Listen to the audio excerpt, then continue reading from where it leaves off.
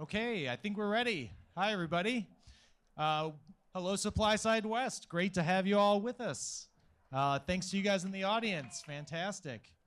I'm Duffy Hayes with Informa Markets, and what a time to be involved with food and beverage innovation. I'm sure that's why you all came to hear about that, so we're going to dig deep into that. I think I've got a slide here to get to, Ashley. Maybe a click. Okay. Anyway, they're going to put up a slide here in a second, not the show announcements, but it's going to be about food and beverage innovation. Here we go, prioritizing innovation. As you can see in the slide, more than 3/4 of the companies in our industry are going to spend more this year on innovation than last. That's pretty incredible, I think. It says a lot about where the industry is and where the economy is. There are a lot of reasons for this spend on innovation. Changing consumer sentiment, increased competition, advances in food technology, and other pressures. We're going to take a hard look at all of those reasons and more, and we've got a fantastic panel with us today to do it. Let's see, we have 3 leading innovators in the space with us today. I'm going to start with Ruby Amaga here. She is a food scientist, and she served as Vice President of R&D, Food Innovation at Starbucks. Ruby will be speaking here today on her own behalf, I should note, and not for Starbucks, but just want to make it clear before we start. Next to her, we have Jamie Reeves. She's Executive Vice President of Product Development and Commercialization at food and beverage developer Matson. Thanks for being here, Jamie. And on the end, Eric Hummel. He's co-founder of Advanced. It's a company developing cutting-edge supplement and hydration products for the gamer space, but probably beyond the gamer space as well. I think we'll touch on some of that as well. Welcome to you all. Thank you so much for being here, and great to have you. So the topic today is innovation and how we develop products from scratch and some of the risks involved. But actually what I want to do is get to know our panelists a little bit first. Let's start with Ruby. Ruby, give us an idea of your position now, how you came into the industry, and maybe a little professional history for our crowd here. Okay, so I'm Ruby Amaga. I've been with Starbucks for 18 years, but I'm currently on what we call coffee break. When I say coffee break, some people think maybe it's 30 minutes, they're going to get a coffee for 30 minutes. No, it's a sabbatical. And I have taken that opportunity to travel around because I really love food and I see how things are changing. And it's been wonderful testing out the food scenes in Europe, West Africa, East Africa. I'll be going to Asia and all that. And I'm so thrilled to be here. This topic is very close to my heart, very dear to my heart, and I'm happy to be here. Excellent, excellent. We'll learn more about your history with innovation a little bit later. Jamie, give us a little bit of your professional background. Well, I'm really jealous of Ruby. Probably we all are. But right now, I'm the EVP of Product Development Commercialization at Matson. And so I have a food science background. I have a undergrad, master's, PhD, all in food science because I really like food and science. I started my career at Frito-Lay, the tiny chip manufacturer in Texas, and then moved to California, or back to California, and was in the canned food industry for a long time at Del Monte, and then transitioned into Matson for the last 3 years, where I get to lead the amazing team. We have 35 product developers, commercialization experts, and now 2 locations, one in California and one in Chicago. And so we do innovation 24/7. It's amazing. Perfect. It's great to have you here. I know we'll get a lot of great insights from you for that. Eric, how about you? Eric, let's see, I'm owner of a brand called Advanced, which is in the gaming supplement internet culture space. We founded that company about 8 years ago. Prior to that, I had an event planning company putting on gaming competitions. Got involved with a lot of influencers in the YouTube and Twitch space. And at the time, there was really only one brand in the space called G Fuel. We saw an opening in the space, and we started Advanced, and now we're one of the leading brands in the gaming supplement and internet culture space. Recently, about 2 years ago now, I got involved with manufacturing as well. One of my partners and I bought a manufacturing facility in Anaheim, California. So that's been a whole learning curve in itself. So maybe I'll bring some insights on that as well. Yeah, it's got to be a challenge. Do you do just supplements, or you branching out into hydration or food products, or what do you have planned at Advanced? We do mostly just supplements, mostly powders. We do some capsules, some tablets. We are going to get involved in the RTD space. That's course. That's kind of the end goal with brands like ours, right? You know. Yeah, you don't see a gamer without an RTD. It's usually That is like true. right That is next true. to them, within reach of their controllers. So awesome. Great mix of people here. Really, this should be really fun. Since consumers really drive what we're doing in product development and innovation, I'm going to start with sort of a broad question. What are some trends with consumers that you're seeing now that are kind of notable? Ruby, I'll start because you're right next to me here. Okay, with consumers, the key things I've noticed have been first is the health and wellness on a different scale. We've always been interested in health and wellness, mostly on calories, sugar, and all that. But with the COVID, it looks like people are now looking at it from a holistic approach. So looking at its body, mind, and soul, and looking at for food that is it's more healthy, functionality, and all that. So they are taking a close look. But it doesn't mean that they are not looking at what is going into that food, in the ingredients, because there's so many things going on, plant-based and all that, but consumers are looking out for the long list of ingredients. They want to be familiar with what is going in there. They want to be able to pronounce the ingredients that are on the list. The other thing that I've also noticed, it's more about sustainability. There's a lot of call and environmental. So most companies now have traceability is being used to make sure we are tracking the source of the ingredients, how we are formulating to make sure that we are not including ingredients that from sources that are not areas that are not ethically sourced. The other thing that I've also noticed is about convenience. We all got used to things being delivered during the COVID, right? All the apps, delivering all kinds of the products, groceries, food, all the, DoorDash, all of them. So now we've gotten used to that. And then finally, I'll just say that with global, because of all the travel, people are now getting used to foreign flavors, new flavors. They are no longer like, niche flavors. They are more global. And of course, all day eating is also something that we've noticed. Yeah, it's great to see a global expansion of our industry here. And the wellness trend is obviously a huge one, too. I know we're going to get into that. I actually have a question about sustainability and ethical sourcing and that stuff, and that kind of thing. So we'll get to that in a sec. Jamie, how about some key consumer trends that you're seeing? Yeah, just to build on kind of the focus of kind of your health span and controlling your diet and input and just feeling better altogether. We just did a study at Mattson looking at the GLP-1 drugs and people using that really as weight management and getting control over that. Right now it's less than 1% of the population, and in 4 years is projected to be 8 to 18% of the population using the drugs. So, and that dramatically shifts the way people are eating. So just seeing big companies actually launch, frozen food space is kind of the big space for them to get into, where they're really doing smaller portions, and it's focused on, bringing back nutrients and protein, delivering just kind of real simple foods, because those people that are on those diets don't want a lot of flavor, are very sensitive to bubbly drinks and all of those things. So I think people are really or manufacturers are gonna shift portion size and what they actually offer to meet the nutrition of these people that actually need to bring back protein and things back to their bodies. Yeah, it's shocking to me. Like, just walking the floor, everything is like either a GLP-1 substitute or like complementary, and that's just the supplement space. I mean, there's a whole marketability angle for this. And the other shocking thing is just how many people are on these things. It's really it's a cultural shift. It's really strange to me. So we did interviews from an online panel that we have. Out of 600, 100 people had tried it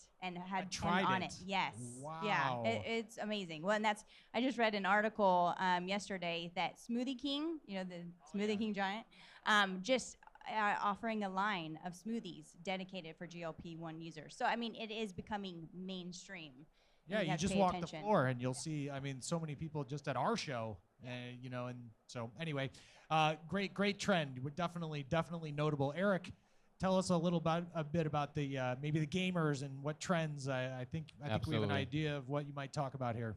I mean, to build off what Ruby said in the beginning, the internet and globalization has allowed cultures from around the world to trend. Right now, Asian culture specifically is huge, right? There's, the anime culture. So we've done flavors around that, such as taro bubble tea, matcha, ramune, a Japanese soda. I know Starbucks has done a lot of stuff like that. But yeah, it's, we live in the United States, and here, there are certain cultures, but now with the internet and the globalization, we're all one now, so you really have to pay attention, to the pockets that are starting to trend across the world. And right now, Asian culture is a big one. Yeah, and is it a gaming thing? It's not just gamers though. I mean, we watch K-dramas in my house. Yeah. So I mean, it's amazing the reach that the It's Asian. definitely not just gaming. I mean, Gen Yeah, Z right. culture as a whole, huge into Asian culture right now, but big in gaming specifically. Yeah, really interesting. Okay, this is a question. I guess I'll pick it or pose it to you here, Ruby. How do you stay ahead of the curve when you're looking for these kind of trends? What are your go-to sources for trend analysis? That's a good one. The way I look at looking at trends, it's thinking about a gift, a thoughtful gift for a loved one. You have to know that person. You don't want a gift that will be rewrapped and given to somebody else. So with that said, it's more about getting the insights, market insights about your customer, how they fit with your brand as well, your mission and values that should be in play. And then most companies these days, everybody has access to digital information. We get that. You do have, like Starbucks, for example, they used to have what's called a secret menu. So this is always things that are trending. People come and ask for that. And then with time, it becomes mainstream. You take a look at that. We have inside markets team. We also have external teams that we work. You engage with all these data-driven research platforms. You can also collaborate with other companies to support a lot of research, facilities that can do stuff for you. Suppliers are a great source of information. They're doing the same thing that you're doing. So it's always a good thing to reach out to your suppliers. It's more like partners, not transactional with your suppliers. And then lastly, trade shows like this, right? Going to a lot of these trade shows. And what I have also been doing, it's looking at startups, a lot of innovation.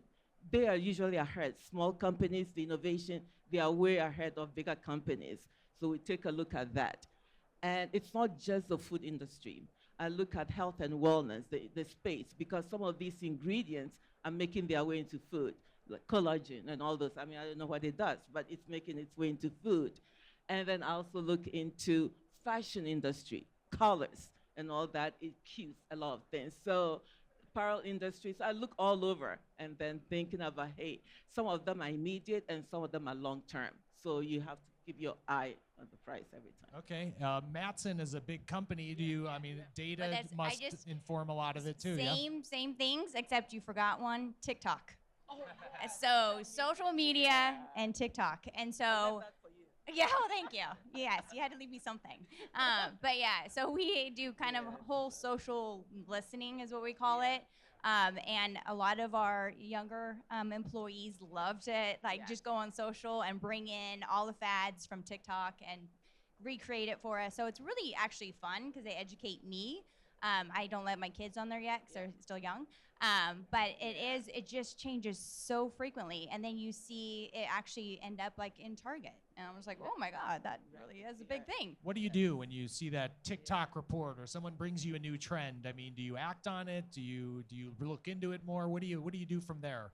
Yeah, so like feta cheese was a big TikTok trend a few years ago, and so was? that, yeah, Yes. I'm older. Yeah, I'm outside of the demo here. So you saw feta cheese really translate into a lot of food products and ingredients and restaurants and all of those things. So it really does slowly kind of trickle into mainstream, but it really does kind of start there. A new one that we're kind of following now is this cucumber salad. I don't know if you've seen it, but it's Luke and the cucumber salad thing. You should look it up. And It's good. yeah, every day he makes a fresh cucumber salad. And so that I'm most excited of because I love MSG. I might be in the minority, but he uses really? MSG. Yeah. Yeah. So if you go on Amazon and look up Amanda Lynn, because that's how you like slice the cucumbers, MSG is the next recommended ingredient that you should buy. So just telling you. Well, things that's- change. Yes. Yes. Tastes evolve, culture Yeah, evolve, circular. ingredients evolve. Yeah. Interesting though. It's interesting that you've got sort of the younger folks at Mattson sort of helping you along there. Eric, what do you do? I mean, you're in the gaming sector, so you're sort of naturally in gaming, that channel. internet culture. Are So you not, on not Twitch? just gaming, but Is Twitch? I'm on do you- Twitch, TikTok, the whole thing, All which is those. a good transition into what I was going to say. I mean, the question is, how do you stay ahead of the curve? I mean, you really need to eat, sleep, breathe your demographic. You have to be your demographic, right? You have to have your thumb on the pulse of the industry. So if you're going to sell to TikTokers, you can't just, guess what's trending on TikTok. You actually have to be a person that sits on TikTok all day and sees what's going on. So I would just say really get involved, follow your influencers, follow your customers. Your customers have accounts as well. And sometimes, to stay ahead of the curve, sometimes you just got to take a wild guess, take a chance and see where it lands, right? Yeah, we're going to talk about taking chances and risks Yeah. because that's really at the heart of innovation. One thing I did want to build on with you, Eric, there is young people, they can sniff out inauthentic pitches. You know what I mean? So that's kind of if they 100%. if they know if you're truly understanding what the trend is, you got to be authentic. I would think, right? Absolutely. And that just goes back to, for gaming and esports, for example, if you're going to sell to that demographic, you have to be one of those people yourself. Otherwise, you will stand out heavily and they will reject you. Just like in any culture or any community, if you come in there as an outsider, like if you go into a surfing community and you can't surf, you've never surfed in your life, you're not going to know the language or anything. You're going to stand out a lot. Yeah. And innovation is really truly reaching out to that sub-market, and so they feel like this product is meant for me. I wanted to talk about innovation because obviously that's why we're here. When you guys are looking at product development, Jamie, I'll start with you here. How much does innovation play? Do you play it safe? Do you make riskier plays? Is there a balance of both with your new products? There definitely is a balance of both. So we work with everybody from startups that are the most like, give me the risk, and then big, huge CPGs that take 2 to 3 years to launch something and they don't want it to be risky. So we definitely tailor our message and our work to make sure that the client is, traveling on the journey with us and feel okay with that. But I know, innovation is really the focus of even CPGs now. They've really shifted from like cost savings and especially during the pandemic, they had to find dual suppliers for certain ingredients. And now the grocery stores are coming to them and saying, you need innovation or you're losing your spot. So a lot of big CPGs are coming to us to reinvigorate their whole innovation pipeline. They have to do something different. And I also, I listen to a lot of podcasts and read journal articles. And so my old company, Dalmani, just reinvigorated their canned food. So they just launched Mexican street corn. I was like, yes, that's genius, because you're trying to get that new demographic that is in love with street corn. It's bringing kind of new familiar to that old steady Those can. big traditional brands are introducing new flavors. They're really reinventing themselves. Is it just to stay ahead of the game here, or is it a survival play, you think? Yeah, well, and especially when I worked at Frito-Lay, we had to have news every 6 months just to basically drive somebody down the aisle, and so you could pick up a new bag of, I used to work on Doritos, So you pick up a bag of red Doritos, which is nacho cheese, and then you pick up my new innovation that's hot and spicy. So you definitely have to have that mix as a company, I think, just to keep your brands, if it's been around there for a while, alive and really relevant to newer consumers that you really want them. Okay. Hey, Ruby, talk about taking risks and innovation. What's been your experience? Are you a risky person when it comes to product development? Oh, personally, I'm a risky person. But then when you work for big companies, it doesn't work that way, right? So that's why I say you always have to look at the small companies that are willing to take the chances. Because if you fail in innovation, nobody wants to fail, right? Some people think you get punished, but we always say it's okay to fail. But innovation actually is very critical. It's more about sometimes it's survival. Because a lot of companies that have been around for a while, it's innovation that keeps you relevant. So sometimes some risks are worth taking because you know the price of failure. It's difficult. You don't want to lose that business. Sure, sure. Eric, what are some of the risks involved with being innovative, and is that something you think of when you're introducing new products? And are you fearful when you introduce a new product, that you're going to fail? I wouldn't say we're fearful. I mean, it's part of the game, and right now it is definitely a must. A lot of the big companies are getting pushed out. I mean, you can look at examples like Logan Paul's drink Prime, or some of these newer companies that started off as small guys just like us, and now they're pushing out big brands like Coca-Cola, Pepsi, and I mean, there's so much noise in the market right now. And if you don't innovate, you're just not going to stand out, right? So you have to do something to stand out. You have to take risks. It's more important now than ever before. Yeah, it's changing so fast. That Prime is a great example. I mean, the little kids in my neighborhood all drink Prime, and back in my day, it would have been soda or something, but now they all are dialed into Prime, and you're talking 8, 9, 10-year-olds. And that was innovative when you think about it, because it's influencer backed. That's the whole model of it. Right. And influencer owned, so they truly went all in with it. Now, Yeah, we'd Ruby, like to add that please. small companies usually get bought by big companies because they come out with that innovation, they've taken that risk, they've shown the growth of it, and big companies buy them. So They probably take the risk so the big companies don't have to. yeah. Then just pick and choose the winners. And that's basically, I mean, that's how it is. I mean, if you're a startup, You want to be, you don't want to be a sellout, but you do want to be a sellout. I mean, ultimately, exactly. that's the success. That's a measure of your success. Sure. I don't have to tell you that. Yeah. Okay, we've only got a few minutes left. Let's talk about those startups. I wish we had more time with you guys. This is flying by here. What advice would you guys give? I'll give this to each of you for like a startup, like a small startup company. What would be some good advice that you would give to them? Since we haven't mentioned it yet, I will talk about artificial intelligence. Yes. As You knew it would come up, yes. As my business partners over here know, that is my favorite thing. I mean, I'll state the obvious. I mean, I'm sure a lot of people already use platforms like ChatGPT, Gemini, Grok. But if you're not using it, and you're not using it for everything, you need to start now. I mean, it's just incredible. I mean, it's like having an army of employees for the cost of next to nothing. I mean, I use it for marketing copy, for formulation ideas, to help with my technique and tone with email negotiations. Does it really help everything. with formulation? I mean, is it that? Oh, yeah. I mean, I understand language and it writing, but tell me about the practical impact of AI on your business. Yeah, I mean, you always want to quality check everything, right? You don't want to take a direct answer from ChatGPT, but you can use it to spark ideas. I mean, you could put anything in there. You could say, hey, how would you flavor this formula? What are some real? unique techniques that you can use to make this stand out in terms of mouthfeel or aroma, right? And I it'll didn't give you some realize it could drill down. I mean, I know it's taking in all that information, but can you rely on that sort of information? Actually, I'll bring Jamie into this because she was talking about this before we came up here. Yeah, so at Mattson, we have our own proprietary models that we build for our clients using AI.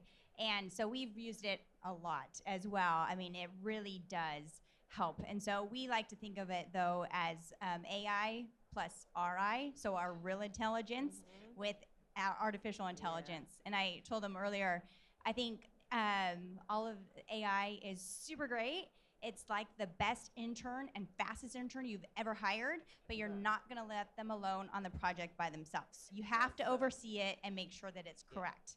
So love AI, use it a whole bunch, but yeah, definitely have to make sure that it also is receiving good information in to put information out that you can rely on. But I think it does. It really does help take any of my ideas and just explode them to be better. And so we are actually working on a formulation AI because once if you ask it for a formula, it's kind of correct, but not really.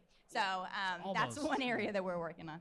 Yeah, it still has to mature. I mean, I think it's. It has to graduate a few more colleges. Yeah. Yeah. Ruby, do you want to talk about AI or some other technology? Yeah, I think with AI using for formulation has been very helpful because now when you want to do fusion, you can ask it to blend flavors from different continents. But of course, it's trust and verify, right? So it doesn't mean it's going to, but at least things that will take forever to do, you are able to do that in a second. And the best piece too, it can do the concept and then it can provide sketches and all that. So it does help speed up your R&D. Okay, well, that's AI. Are there other technological advancements that are happening in your world? Thinking synthetic ingredients. I mean, the people up here were talking before us. A bit, So you can't hate us though. maybe a little negatively about it, but there are some positives to that so sort of there thing. is. So I get to work with a lot of new startups. I'm in the Silicon Valley area, so there's a lot of tech there. And so we do work with a lot of precision fermentation companies that are all developing new ingredients, sweeteners from protein. One that we actually can talk about is the Every Company. So they have the egg protein via precision fermentation and making it into a product that actually functions like an egg. They were at 11 Medicine Park, had a whole menu made out of their egg. It's really actually delicious and functions very, very similar. So those are, just when I get to meet with some of those ingredient companies, it really is exciting because it's new and novel. You can kind of figure out what the best use was for it. Also, there's more sustainable ingredients. I was just looking at the EverPro booth back there. We've worked with them, and they are using upcycled grain to have proteins and fibers. So I think in the food industry, we're working to utilize every part of the ingredient, a lot with the upcycled, more regenerative agriculture is being focused on, and big companies are putting money into it. So yeah, I'm excited about those. Yeah, before we wrap up, I definitely want to talk about sustainability, and because I know I mentioned that before. But Eric, do you have any technology that you're working with? I know you said you just have a manufacturing plant now. There's probably some tech there. Is there technology? I know you guys lean on branded ingredients too, so there's probably a little bit of technology in that space too, right? Yeah, you gave me a perfect softball for something that I wanted to add. Something that's coming, and it's coming by storm, is on-demand supplement purchasing. So just like if anyone's ever heard of Printful, for example, plugs right into your Shopify store, and then you can sell T-shirts without actually stocking those T-shirts. So when someone orders it, it prints it. It's like a print on demand. Now, supplements on demand, we got involved in that recently, and it's been growing like this. It's plugged into TikTok as well. But that's going to really This is hit like the industry by personalized storm. nutrition play. I mean, how do people? So it's not. How do they make their own It supplements? is a little bit that. So it's mostly around the labels. So you have the products made ahead of time, I see. and then this software plugs right into your store, and then the brand now can sell a variety of products without stocking any of them, and then the labels will print out with their branding on it, and the consumer will have no idea that they're not the ones actually, storing that or making that or shipping it, not touching it at all. So it's a new kind of drop shipping. Yeah, the barrier to entry for a company would be very low It's with like something no- like it's that. like nothing. Yeah, that's Yeah. cool. All right, great example. A few minutes left. Sustainability. You're a world traveler, and sustainable issues are big in other parts of the world. I mean, tell me a little bit about what you're seeing in terms of the efforts at sustainability. Okay, so in terms of sustainability, you can tell from my accent, I'm from Ghana, and we make we produce the best tasting cocoa in the world. But what's the issue with that? Now, people do talk about deforestation, and all that. So some companies don't want to buy from Ghana, even though it's the best. Yeah, So, labor issues Yeah, too. they have the labor issues, and then of course, so many other. And then in Europe, they do have the EU, the regulation, and due diligence regulation, that you have to be responsible for how your ingredients are sourced. And again, deforestation, all those are very critical, as well as the child labor. So people are being conscious about that. And when it comes to sustainability too, carbon emission is also part of it, right? So carbon footprint. And some companies have all these tools that you can measure the carbon footprint of the ingredients. So that's something, a new tool that people are working on. I've seen several, but I haven't found one that works the best. Okay. Jamie, do you think consumers, does that a message that resonates with them? Are they making purchase decisions based on sustainability, you think? Yeah, we actually did a survey to ask consumers the very same thing. And really, we are seeing an uptick on sustainability. However, that's a really vague term. So, people are interested in, but what does that mean? So when you start talking more, water usage, especially in California, I'm very sensitive to that, carbon dioxide, that really helps if you actually are drilling down to a deeper level, as well as Upcycled Certified. We're involved in that association, and people resonate with that as well. So consumers really want to know really what that message is, and that it is a credible thing that they can actually read about on your website, kind of being the authentic, so that it's not greenwashing. I'm going to guess gamers aren't as concerned with sustainability. That's just my You'd be impression. surprised, actually. Really? I would say they skew more sustainable than the average person. Wow. Yeah. Interesting. It's a young thing. I mean, Generation Z, I think it's proven out that they're looking for that sort of thing and actually making decisions about it. It is hard to say, though, when it comes down to it. If you have two products, that they're pretty much the same, but one is sustainable and one's not, and maybe one costs twice as much. Like, where is that point? Everybody's always price conscious, it seems. So where is that taking point? So I think sustainability comes down to, at the end of the day, we have one planet, right? You just got to do what's right. You just have to. If nobody ends up doing it, I don't know if consumers are going to drive sustainability home, right? Like, we have to be the ones, as the companies, to really drive it forward. Yeah, as an industry, I think that's the most laudable goal we can have, is to build a better planet, build a better world, and still make money at the same time, obviously. Okay, we are out of time. Thank you all for being here. How about a hand for our panel? This was really great. Have a great show. Enjoy the rest of the expo, and we'll see you here at the theater next time. Thank you, guys.